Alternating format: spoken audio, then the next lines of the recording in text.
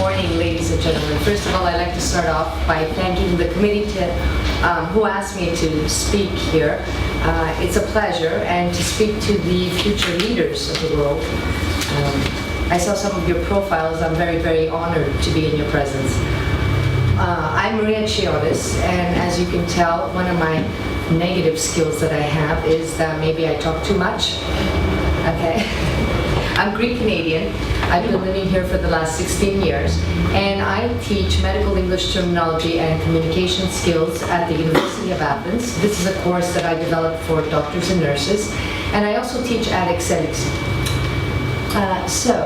Today's presentation is entitled Developing and Communicating Your Message, Partnering with the Media, and it will be separated into 3 sections. I just want to tell you the sections, and then I'm going to do something totally different. Okay. So firstly, we're going to discuss the codes of the media, then where to communicate your message, and after develop a partnership with journalists. Okay? I'll tell you a little bit more about that, but to be quite honest, I like getting to know my audience before I start speaking to them. So what I want you guys to do is I'm going to go around and I want you to give me your name, where you're from, and your greatest ambition. And it's important. I'm going to tell you why afterwards. Okay? So, shall we start here? Name, where you're from, and your greatest ambition. All right. My name is Solamandi. I'm Greece. And my greatest ambition is to see Greek government make a progressive turn towards quality and inclusion. Great. Hello, my name is Alexis. I'm a doctor. Yeah, that's a tough one. We don't think about it too often. But what is your greatest ambition? Think about it. To be able to work for our dreams, to come true, and not to work for survival. Good one. My name is Felicia Maduras. I was born in America, Chicago. I'm Greek American. And my biggest ambition, let's say, would be something to work for something that I really love.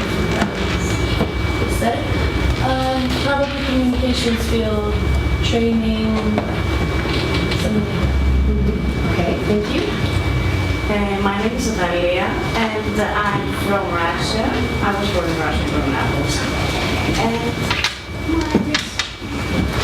I think I would like to be part of international relations. I don't know, to join an organization. Just something inside of it. Okay, thank you. And you are? My name is Nesta Elvira. I'm from Greece. And my greatest ambition is to work for a magazine in Iraq. And who are you? Me. Okay, my name is GT Kolombani, and I'm working since 1998 as a journalist, and from 2001 I started to go abroad as a correspondent. And it was my skills to develop, to use the public relation to make a networking with all young leaders in the world. Yes. You can skip me because I'm speaking later. So. My name is Harila Manogaki. I'm Greek. I am a teacher, and the other question? Your biggest ambition? To find a job according to my studies. Okay, good one. And who are you? My name is DJ Godwin, Nigerian, and my greatest ambition is to see the utopia theory come true. Oh, for which country? World, for the whole world. Good point. And who are you? Yes, ladies Okay. first. I am Nina Gitsa. I am from Romania. I work here, Mr. Lawyer, and I like my job, and I want to do that. That's your greatest ambition? Yes. Okay, great. I am George Yaros. I am Greek and I am a police sergeant. I'm working for police, Hellenic police. And my ambition is to make an association better for our society. The society better for our children. Okay. Yes. I'm Pavlos Papanasiou. I'm Greek. I used to be a journalist. And my biggest ambition is to be creative again and have the chance to offer to other people. Okay, great. So I'll need for my presentation, I want to hear your feedback. Because I am going to talk about journalists, how to get closer to journalists. Tell me if I'm wrong or right. Go ahead. And you are?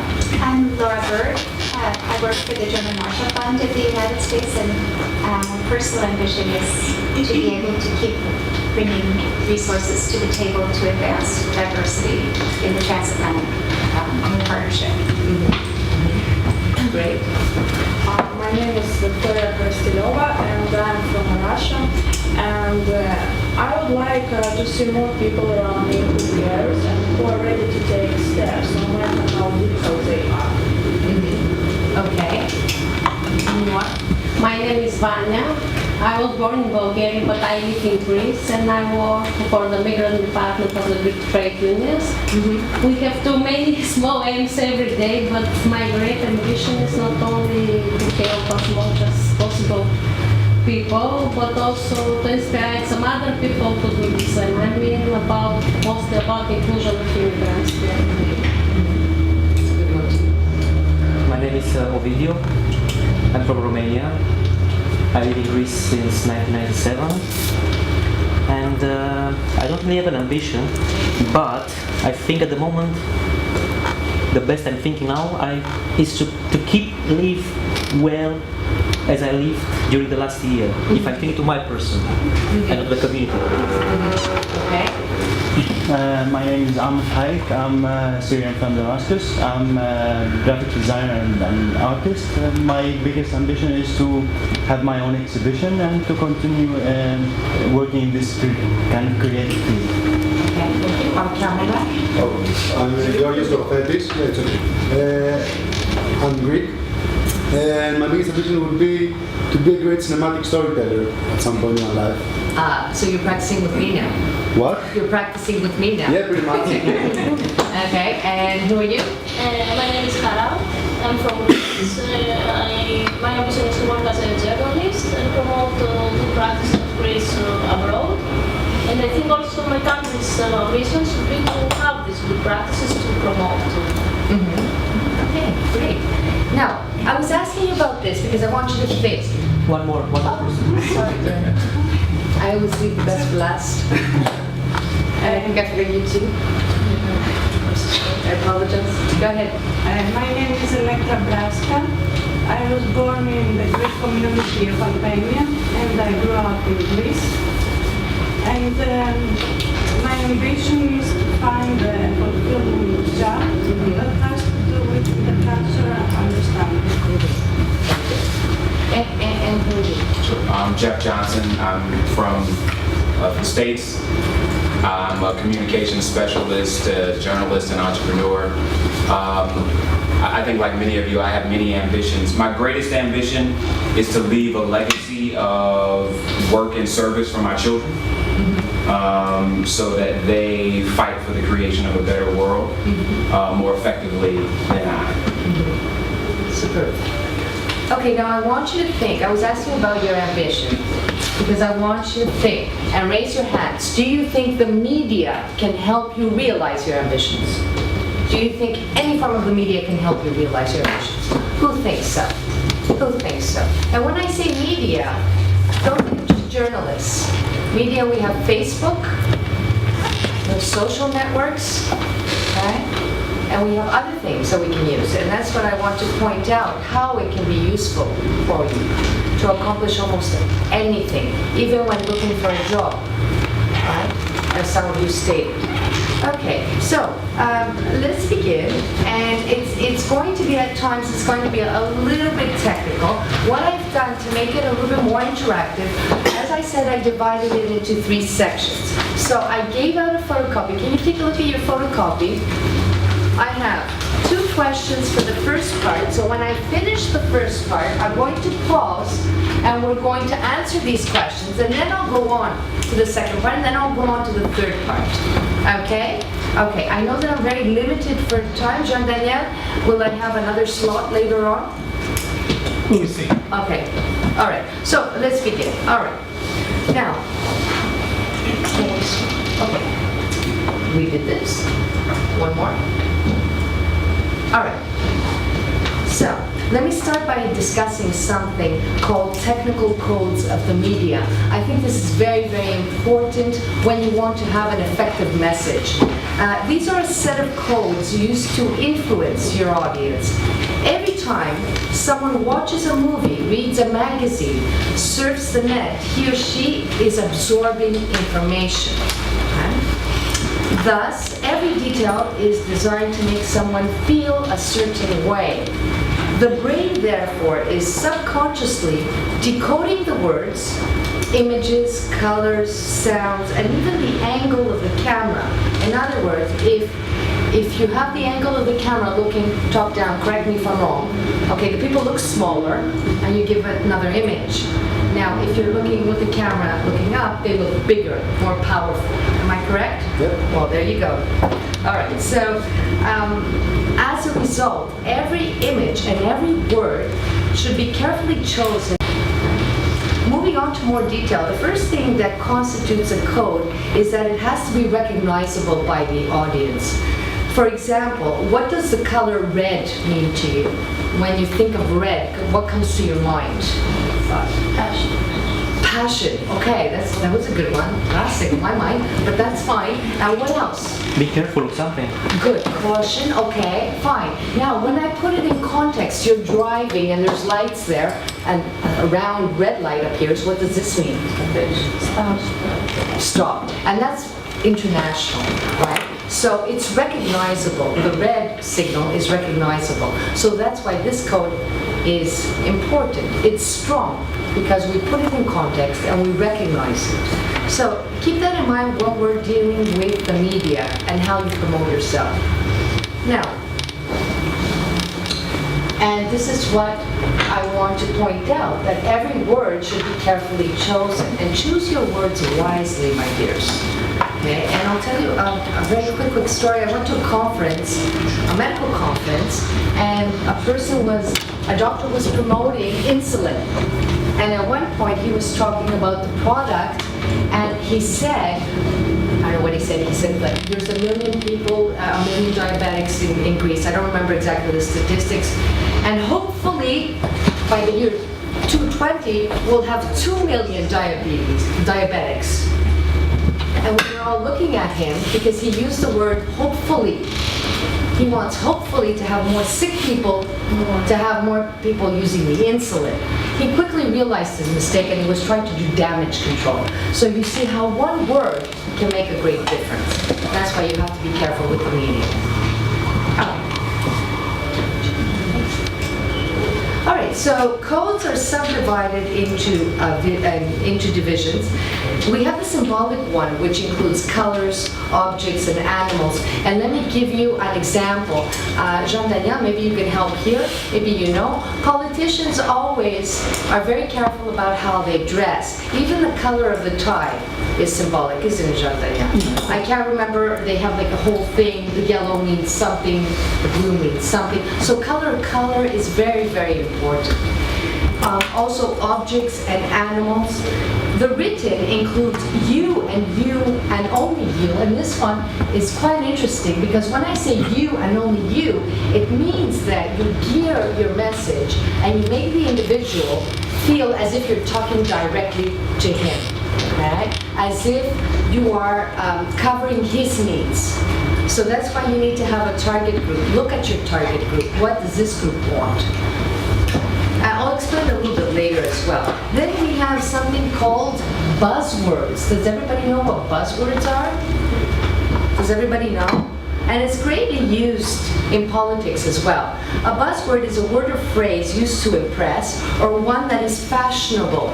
Okay? For example, in the 2012 elections of the United States, they had one expression and they said, "American dream still alive." Okay? And this was like the buzzword. Yeah. And then we have, and I got that from a site that says political buzzwords in the 2012 American elections. And these words said a lot, these buzzwords. They were kind of showing how people using this language felt about the elections. So they're very important in advertising. And then we have catchphrases. There's another one that was used in politics. I don't want to say who in which political party, but it was one that said, "Yes, we can." And it was to promote a politician. So this was the catchphrase. Once you heard "yes, we can," your mind went to the politician that was using it. Okay? So when promoting yourself and your work, you need the help of these codes, and you have to keep them in mind in order to get your message across effectively. Now, let's look at the question of developing your message. What factors do you think we should have in mind when you want to put out a message, right, for your target group? What do you have to consider? What do you think you have to consider? Just raise your hands. What do you have to consider? You want to put out a message for the public to see. What do you have to take in mind before you start writing the message? Jean-Daniel. Short, targeted, and smart. Yeah, short and sweet. One, and smart. Short, sweet, and smart. But I have another one, smart. You have to be specific. It has to be measurable to see if it counted or not when you put it out there. Appropriate, realistic, and timed. Okay, appropriate timing is very important. Okay? All right. Next slide. Thank you. Now, the general rules, people. The first one is to set clear objectives. Communication needs to be goal-driven. This is because we communicate to change something or to achieve something. Communication objectives need to be clearly defined, detailed, achievable, and measurable. Its ultimate goals could be to improve legislation, to inform the public policy on particular topics, to improve public services, to change opinions, which is what I think we're all trying to do here and make changes of certain stakeholders, or to raise public awareness of specific issues. Moving on to identify your target groups, I've mentioned it twice. I think it should be rule number 1. This influences the way you will tailor an issue and also a choice of where you will present it. And I'll discuss that a little bit later on. Also, it should be strongly worded in order to stand out from everything it is competing against. That's why we said catchy phrases. At the same time, it is important to keep things clear and simple. Do not use more than 3 messages at any time, otherwise your audience will suffer from information overload and fail to grasp any of these ideas. Instead, to multiply the effect, try to send a few messages from different sources on different occasions. Now, I see this on Facebook. Some politicians, what they do is that they just keep posting one after another. It's not very effective. They should leave some time because the audience is bombarded, okay, and they can't absorb all this information. Thank you. All right, so let me give you a few more details, and I think are important. Try to put down what you do in one short sentence. Before writing it, keep these questions in mind. Very important. What problems does your message deal with? How does it benefit the target group? Why should people care about it? What would be the best possible headline in the media? What would you like the audience to remember and tell someone else about your message? Because the word of mouth is the most important means of communicating a message. The next one, list the target groups. Create a table. Imagine each audience with communication objectives. State what you want to achieve by communicating with them. In other words, you might be a politician. You're going to have a different way to promote a message in the golden age years, I mean the 3rd age group, and it will be different for teenagers. So you really have to keep that in mind. Number 3, mark down what ideas and information you need to communicate to achieve these objectives. This is the basis for your messages. Check the list of draft, because you should always have rough copies, and then work with your rough copies and pick the best that you think for the message. Number 5, try to refine the language and say the same message in a more simple way. Remove all the unnecessary words and complicated vocabulary. Look at each word and ask whether it would be understood by someone who is not fluent in the language. So this is also very important if you have an immigrant population that's not so fluent, or who doesn't know much about the subject matter of your project. Make every word count, and I think that's the key. That's the gist. Every word should count. It should be important. Show the message to people outside your project. Friends and family will do, but journalists or people close to your target audiences are better. So have a test run. Show it to them and get their feedback. Periodically, take a look at the press coverage and see whether your messages are getting across. Okay? This is particularly true and easy in Facebook. How do we see if people have read our message? Do you know? Okay, show me hands. Who has Facebook? Is there, oh, sorry, I'll do it the reverse. Is there somebody that doesn't have Facebook? I thought so. Okay. So how do we know if we put a message on our wall? How do we know if people have read it? What's one way? Likes. Yeah. One way to measure it is likes. Now you're going to say, well, not everybody likes. Okay, but there have been things that I posted on my wall that people have not liked, and then there's been other things. For example, looking for blood for transfusion, and people have liked and they have shared, because you also have shares there. So this shows interest, and this is one way of measuring whether you're getting your message across. Okay, and on a more practical level, a message should be a short sentence of about 25 words, which is simple, clear, credible, memorable, positive, active, free from jargon, easily identifiable, and adoptable in different communication tools. This is particularly true when using Twitter and Facebook. On Facebook, you don't want to post like a journalistic article, a long article, because nobody is going to read it. Okay, some examples here. X is a problem and Y is a solution. Okay, you can elaborate on that. Project X enables actors, they mean people, to cooperate on improving Y. The work of the Project X is valuable because Y and Z actors must share solutions on the issue of, because must take action on the issue, otherwise will happen. So you see the vocabulary, because I'm also an English teacher. When we say must take action, it sounds urgent, it sounds important.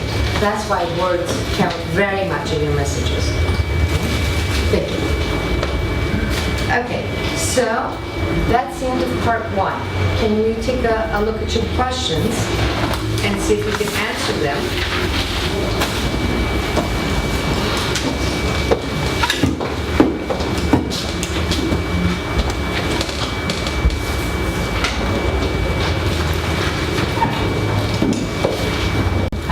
So, let's look at our media options.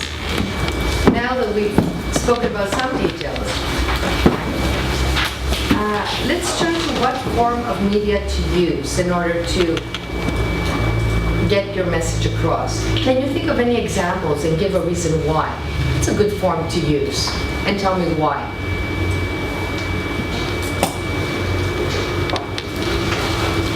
Tell me. What? How? Yeah. You have a message, you want to get it across. What form would you use? Probably the internet.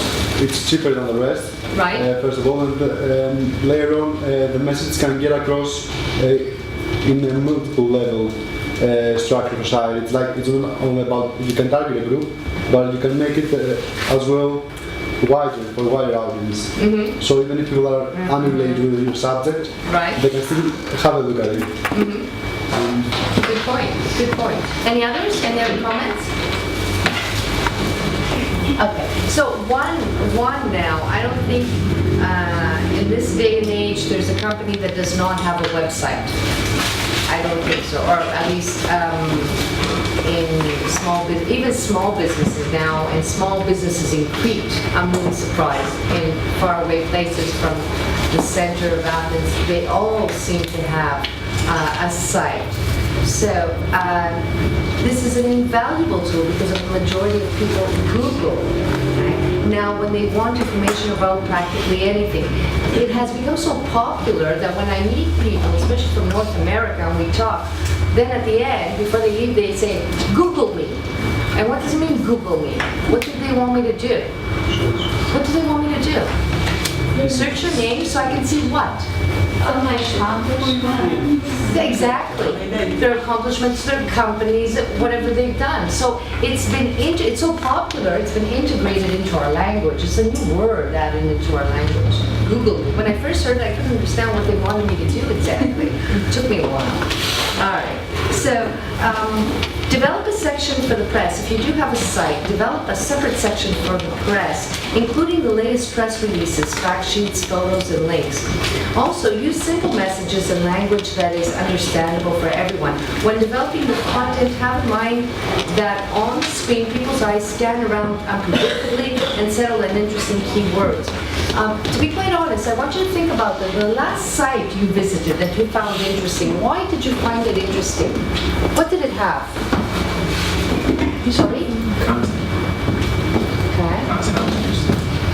Okay. Yeah, okay. When you saw, was it pleasant to look at? Okay. What made it pleasant? Organized.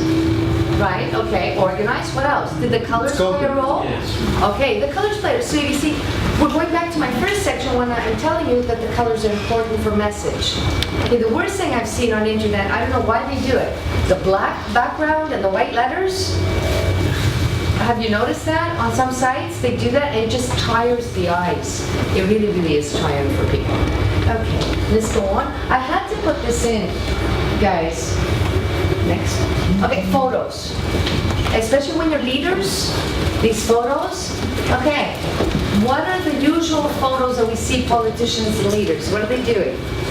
They're kissing babies? Do they still do that in the States? What else do they do? Shaking hands. Shaking hands. Well, that's okay, shaking hands. What else do they do? They cut? They cut the ribbon. Okay. Do me a favor, and I found this actually.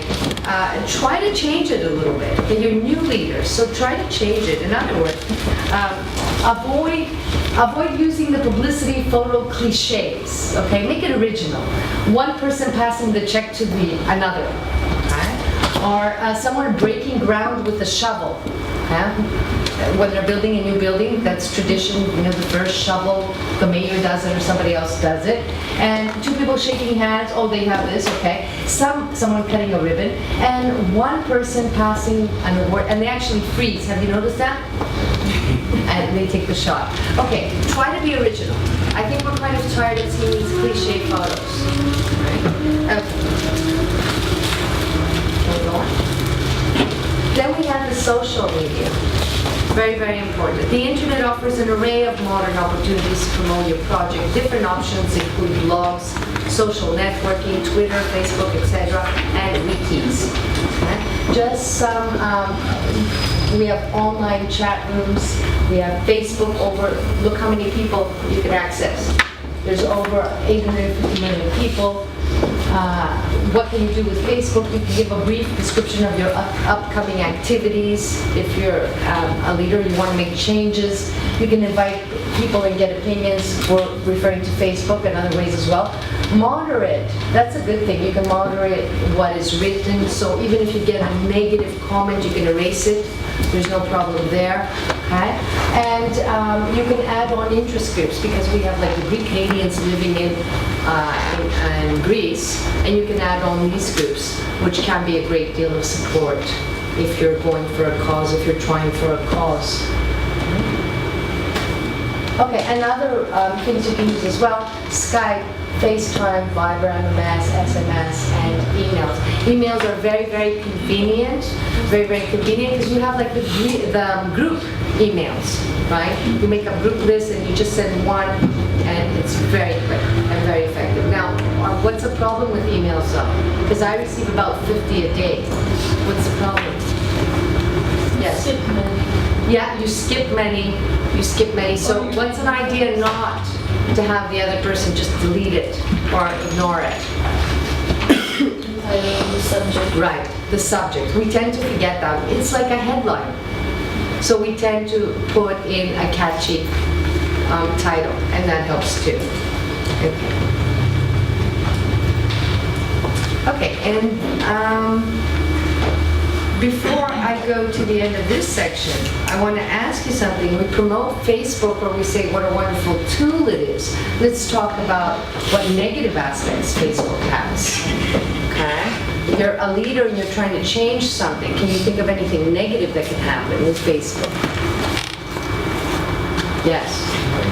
It doesn't have something like the YouTube like and don't like. Ah, okay, like and don't like, yes. okay. I believe that people must have this because when a person writes his thought or something, someone don't like this. Okay. I believe that, So you don't have many options there. Okay, that's a good point. I think we should call them up and tell them that. All right, that's true. Why don't they have a little button that says don't like? It's true. Good point. What else? What else with Facebook? I think that Facebook, they will make this option. They are thinking to make dislikes. Oh, they are thinking of that. Okay. Something else? Fake profiles. Fake profiles. Yeah, you have that too. You don't have security as much. You don't have security. You do, but you don't. Okay. The worst thing that I saw at one point is I see a medical association, one in Greece, I can't remember which one. All of a sudden, I see a pornographic photo and the title of the association on top. So I was a little bit shocked, but they had a hacker go in and do this at one point. Remember, everybody was putting messages, if pornography shows with my name, it's not me who's doing it. So we do have that as well. We do have Photoshop as well, and there's people that are taking our pictures and using it. And if you put in your name on Google yourselves, and you'll be surprised. You'll be surprised and see where your photos are, because they have been taken. Some of them have been taken from Facebook. So you have to also be careful with that. Especially with you have to also be careful with the media. I had a friend of mine who suddenly became very popular in Greece, and they went to his Facebook, and the journalists started taking older photos, and photos where he's holding his grandchild in his arms, and he really did not want the media to have photos of his grandchild. So you have to be cautious of that in the photos that you post up on Facebook. Okay, thank you. So, can we just stop there? Can we take a look at the other two questions? Part of the presentation, and this is where I'm going to need your help. It's called partnership. Okay? And I'm referring to what? Partnership with who? Partnership with who? The media and journalists. Okay? Keep in mind that they can make or break you. Okay? They can make and break you. And you also have to take into consideration there's an enormous number and range of news media, each with different target audience and its own news value. You should consider two factors when deciding which media to target. The first one is which media do our own target audiences pay most attention to. Okay? And the second one is which media will consider our messages newsworthy. Okay? So this is very important. So tell me forms of media. What comes to mind when you think of media? Apart from Facebook and Twitter, what else comes to mind? Sorry? Radio, television, newspaper, magazines, very important, something that we forget. Yeah? Okay, and we also have news agencies and wire services, and they deliver raw news to all major media to adapt for their own. And they also, news agencies and wire services, they have 24/7 coverage, like 24 hours a day, 7 days a week. And of course, there's also internet news and blogs with news.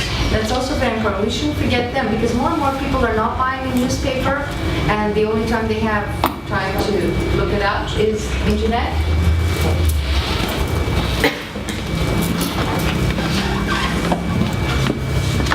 Okay, there we go. And this, Jean Daniel told me about this one, the last point. Okay, so you want to develop relationships with reporters, and when I say relationships, what exactly do I mean? Okay, you should try to find out what their story interests are, what the work process is, their deadlines. I mean, do they give it a story a day, a story a week, and be as helpful as possible. However, we tend to do that sometimes when we need their help. We tend to be very pushy. Am I right? When we need you, we tend to push you and put pressure on you. I want you yesterday for this interview. Okay, don't do that. Don't do that. Okay, so don't be pushy. That's why you have to find out their deadlines. Okay? And think of a long-term relationship, not short-term coverage. So Mr. Kunabani suggested to find out their birthdays. And set it in a way, there's automatic, and to send out, with MMS, there's automatic way to send out a happy birthday on their birthdays. I know, does this sound kind of silly? It works. It means that the other person is thinking of you. Have you ever noticed on Facebook when it's your birthday and you have like 1,000 strangers saying happy birthday? Does that happen to you too? Well, it makes me feel special. I don't care who the person is, just writing a happy birthday made me feel special. And I think this is important too. Or here we have our name days, okay? Our name days, so that's even more important than birthdays. I guess the concept of birthdays is more North American. But on our name days, just send wishes automatically. This is very easily done. Okay. Now, and that's by having cake next week. Other things.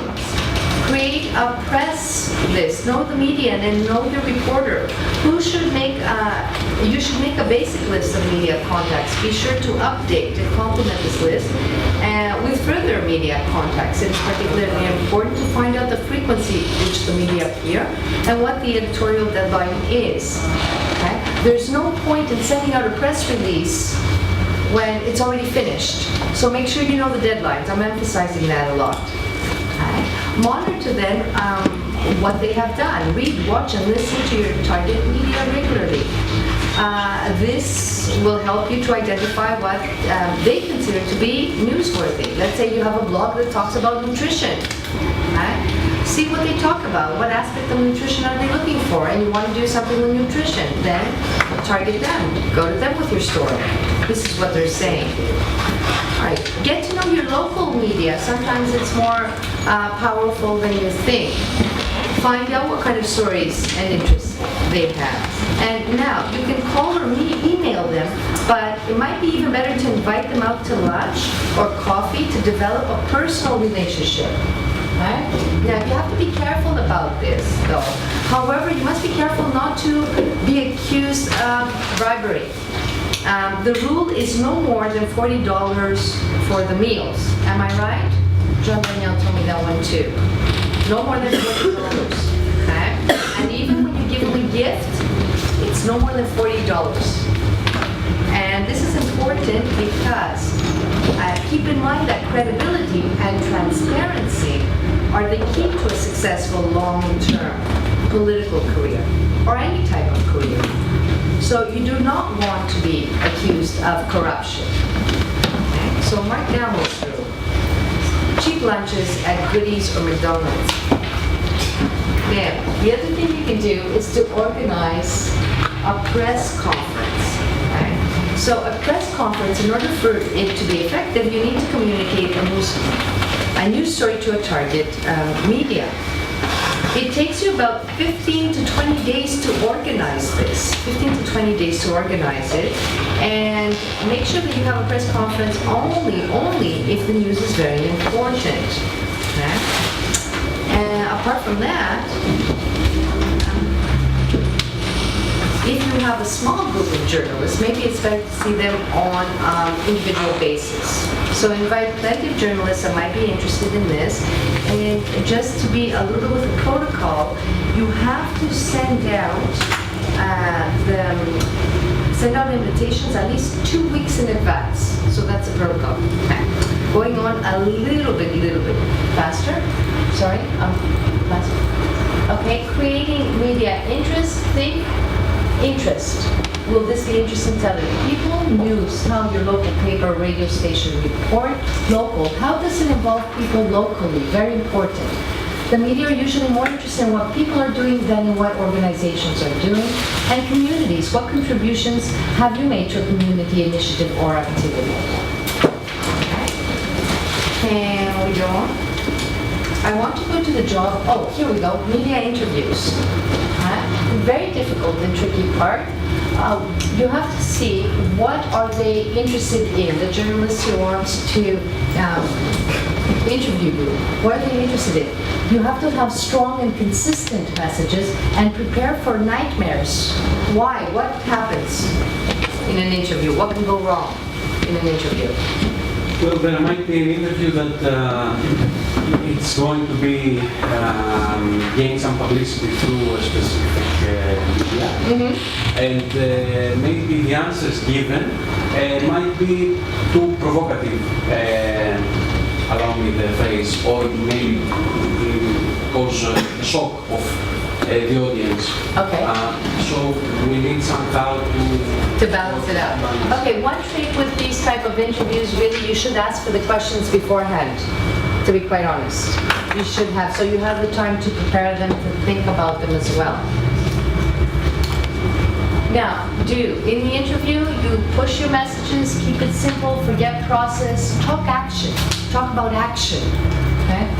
Body language is important. Look at them in the eye when you're talking. It shows honesty. Start and finish well. And this is important because if you start well and something goes wrong in the middle and you finish well, they kind of forget what went on wrong in the middle. Okay? And bring a press kit. Do you know what a press kit is? It's a small box or a folder. A folder, yes. That has something from your job. Yeah, it gives you more details about why you're there. It gives you details. Okay, thanks. Next one. Okay, now, this is very important too. Don't leave the main subject. Don't go off track when you're talking about it. Don't be taken by surprise. Keep your cool no matter what they ask you. And raise issues that you don't want. Okay, the other problem, I was reading about this, don't raise issues that you don't want to talk about. You're so anxious about something you don't want to talk about, and then suddenly it slips out from you, not the journalist. So keep that in mind. Don't talk about it. Forget it. Okay? Don't be afraid to say, I have to get back to you on that. I kind of changed that from what I read. You're supposed to say, I don't know. I teach communication, so we never say I don't know. It's best to use the words, I'll get back to you on that. Right? And then never criticize third parties. Never say no comment. It's very cliche. And it shows that you're being dishonest, you're lying about something, or you don't want to talk about something. And never say, guys, to tell you off the record, hey, it's not necessary. If you don't want people to know, don't say it at all. Why do you use this expression? Okay? And why call a journalist? All right. All right. And the conclusion, well, the media is a very powerful tool. We do use it in a sense. We all use it. If you have Facebook accounts, we use it in some way. Try to use it, though, as a tool to create change. And we can do that. Very, very important tool. And take advantage of all the technology that's available. And even on mobile phones, I get messages from politicians when they're speaking at events. Has this happened to you? They're speaking at an event and they send you a text message, okay? Or something important. They don't know me personally, but I do get the text message, and if I'm interested, I'll go. So a lot can be done using technology. And I'll end with this one. Don't forget, remember birthdays. I know, birthdays and name days. It's establishing a personal rapport, a good rapport with a journalist, and this is very, very important. Okay? Thank you.